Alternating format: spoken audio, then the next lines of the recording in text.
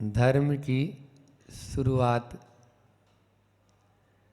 व्यवहार को बदलने से है और व्यवहार को बदलने के लिए संकल्पित होना जरूरी है। विगत दिनों में इन्हीं संकल्पों के बारे में हम आप चिंतन और मनन कर रहे हैं। कल सचित त्याग प्रतिमा के बारे में जाना कि दूसरों पर दया करना अपने स्वयं पर दया करना है और दूसरों को कष्ट में डालना अपने स्वयं को कष्ट में डालना है।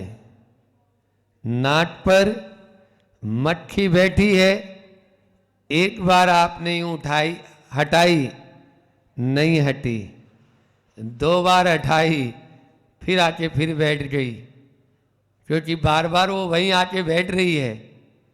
अब आपको गुस्सा आया और एक जोरदार झपटा मारा, मक्खी उड़ के चली गई।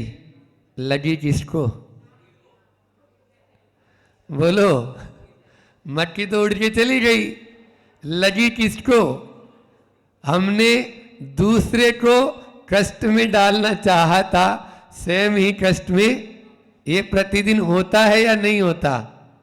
बस यही हमारे यहाँ का या जैन धर्म का कर्म सिद्धांत है, बल्कि जन जन का सिद्धांत यही है। परस्पर उपद्रवो जीवानाम, जैना नाम नहीं कहा।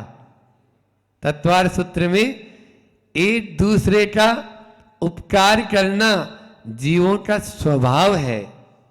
उस स्वभाव को हम छोड़कर विभाव में जीते हैं। कष्ट की बात तो बता दी, दया की बात भी आप देख लें कि यूनान की वह घटना आपने पहले सुना होगा, कभी पहली दूसरी क्लास में पढ़ा भी होगा। बचपन में सबके सिलेबस यानी कोर्स में यह पाठ्यक्रम में यह कहानी रहती थी, हमने तो पढ़ी है।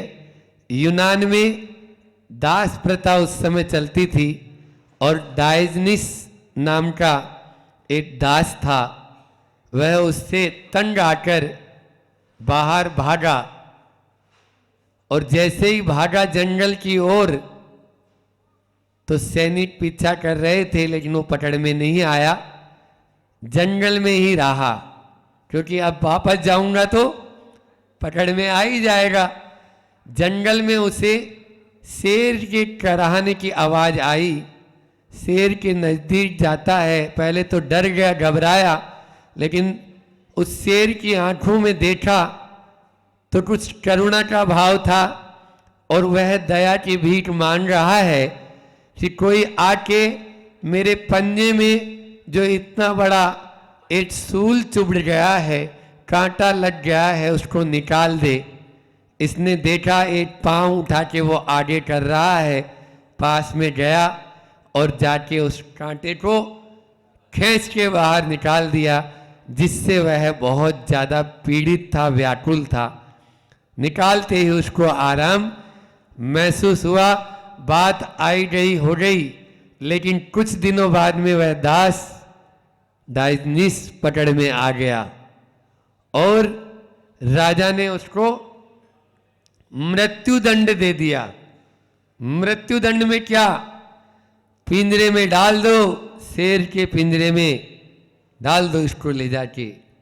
ये अपने राज्य के विरुद्ध जा रहा था, पता चलता है वह शेर के पिंजरे में उसको डाल दिया गया। सारी पब्लिक, सारी जनता खड़ी है आज उसका मृत्यु दंड देखने के लिए कि शेर इसका भक्षण कर लेगा। लेकिन ये वही शेर था कुछ दिन पूर्व जिसका कांटा निकाला था। उसने जैसे ही सूंघा, अरे ये तो वही व्यक्ति है जिसने मेरे ऊपर दया और करुणा की है। मैं भूखा भले ही हूं, लेकिन उस प्राणी को तो नहीं मारूंगा जिसने मेरे ऊपर दया की थी। यह देखकर सब लोग अचंभित हो गए कि ये क्या? जिस शेर को 3 दिन से भूखा रख के और उसके सामने इसको रखा, लेकिन उसने नहीं खाया। प्रभाव किसका है बोलो? व्यवहार का। उसने व्यवहार कैसा किया था? उसके साथ में दया का व्यवहार किया था, तो शेर ने भी उसके साथ में दया का व्यवहार किया। यह हमारे साथ में भी है कि हम यदि दूसरे के साथ में जैसा व्यवहार करेंगे उन जीवों के प्रति, वो जीव भी हमारे प्रति वैसा ही व्यवहार करेंगे, वैसा ही व्यवहार करेंगे। इसको गांठ बांध लें, तब ही हम पाप से बच सकते हैं।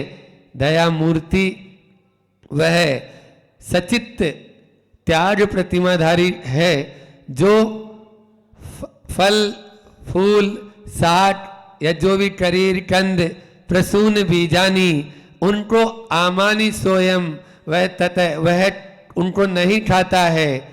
कैसे? कच्चे नहीं खाता है, पकाकर खाता है। दो काम हो जाते हैं, इंद्रिय संयम और प्राणी संयम। दो प्रकार का संयम है।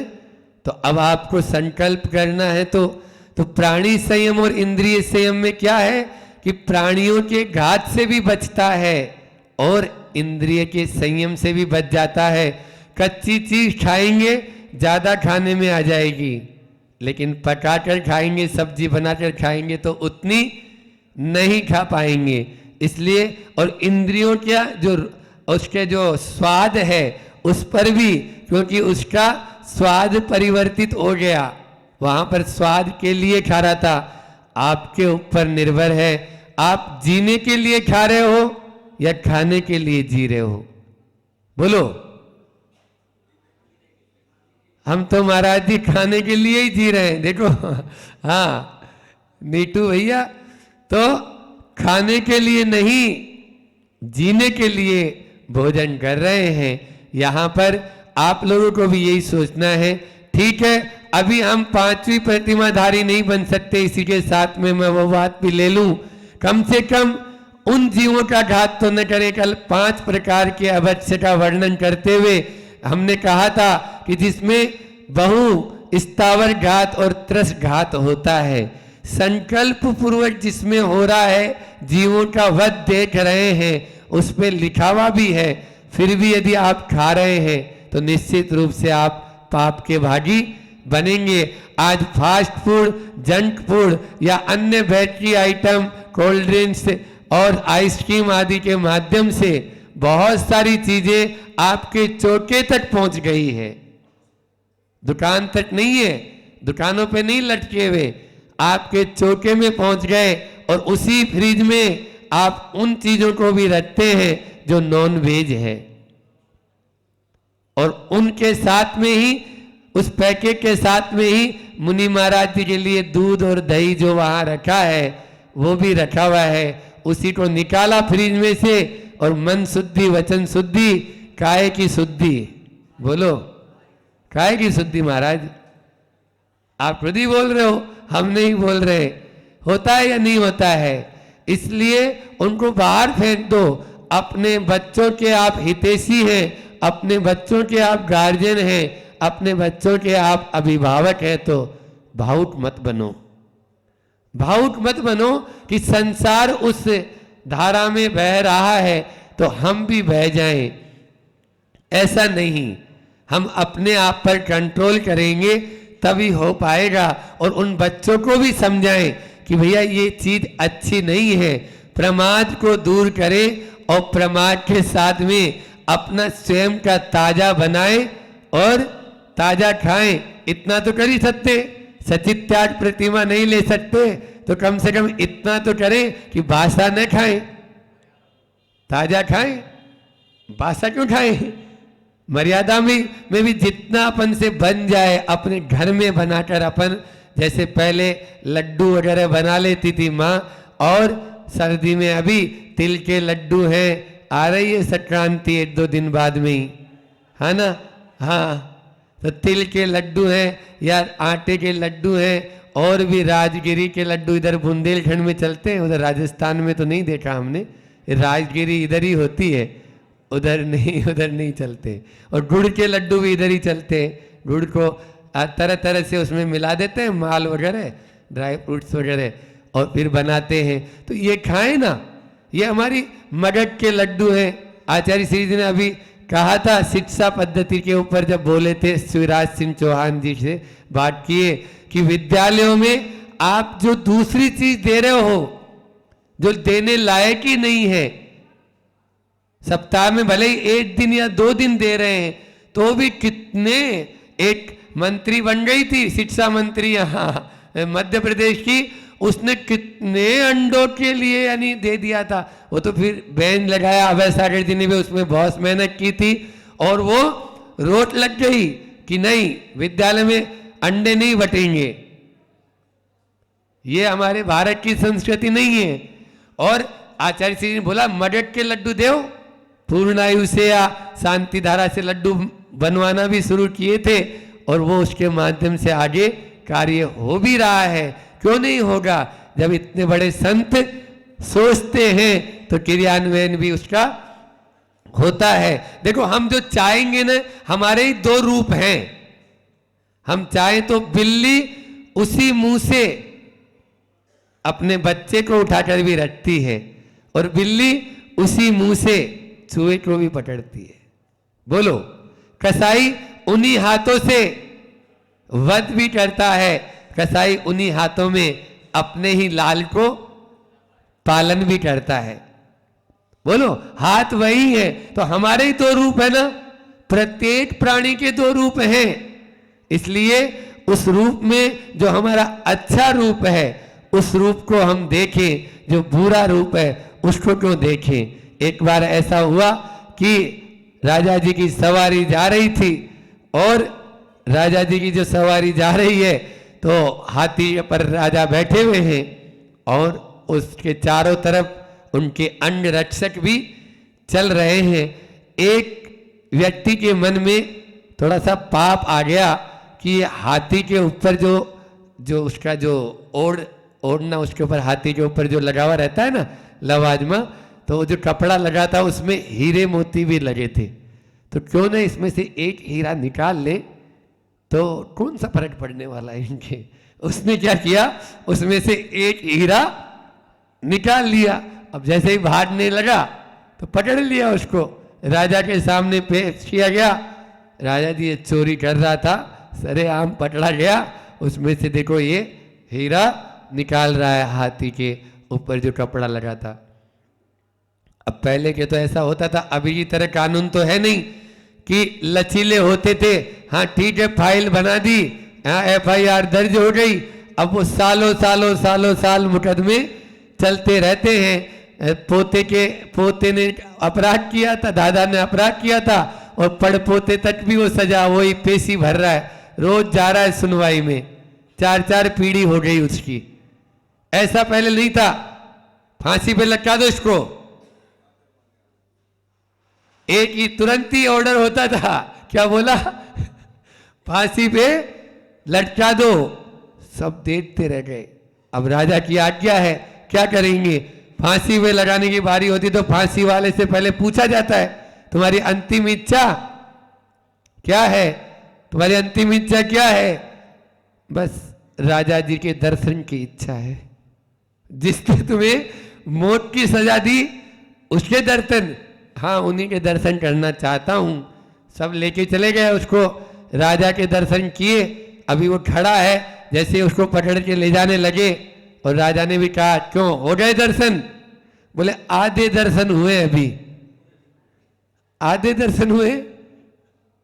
बोले हाँ, आपका हमने गुस्से वाला रूप तो देखा, आपका हमने क्रोध वाला रूप तो देखा, लेकिन आपका प्यार और प्रसन्नता वाला रूप नहीं देखा। छोड़ दो इसको, माफ किया जाता है। हाँ, ये प्यार और प्रसन्नता वाला रूप अब देखा, अब पूरे दर्शन हो गए। समझ में आया? मतलब एक ही राजा है, उसके 2 रूप हैं। आधा में पहले दर्शन गुस्से वाला था, अब उसको प्यार और प्रसन्नता वाला प्रेम वाला रूप देखना था। तो हाँ, इसी को छोड़ दिया जाए, इसको कष्ट नहीं दिया जाए। यही हमारी स्थिति है, उसकी स्थिति नहीं है। हम क्या करते हैं, पल में तो किसी को कष्ट देने वाले बन जाते हैं, और जिसके प्रति द्वेष होता है उसको हम छोड़ते नहीं हैं, चाहे वो फिर अपने पिताजी भी क्यों ना हो।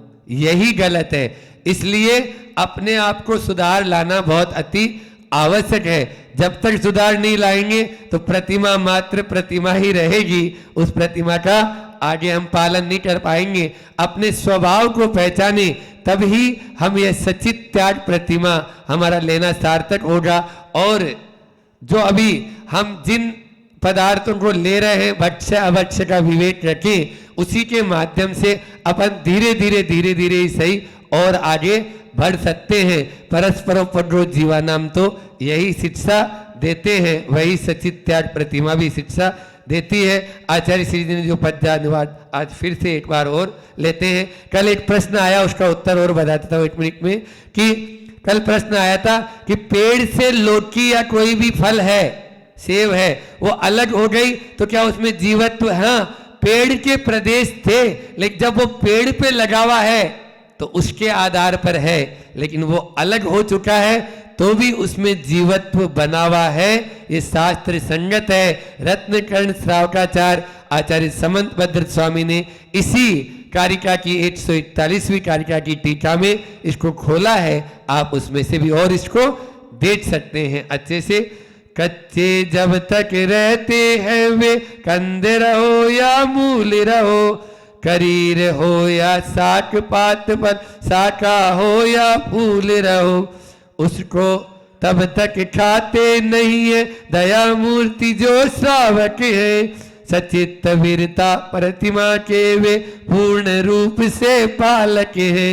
उस सचित त्याग प्रतिमा के वो तभी पालक बन पाते हैं जब उसको सचित रूप से नहीं करेंगे, अचित करके उसको खाएंगे, मतलब उसको गर्म करके या छिन्न भिन्न करके लेंगे, तभी वह अचित त्याग प्रतिमा के धारी कहलाएंगे। इतना ही रखते हैं, समय भी अपना पूरा हो गया है। बोली अहिंसा परमो धर्म की।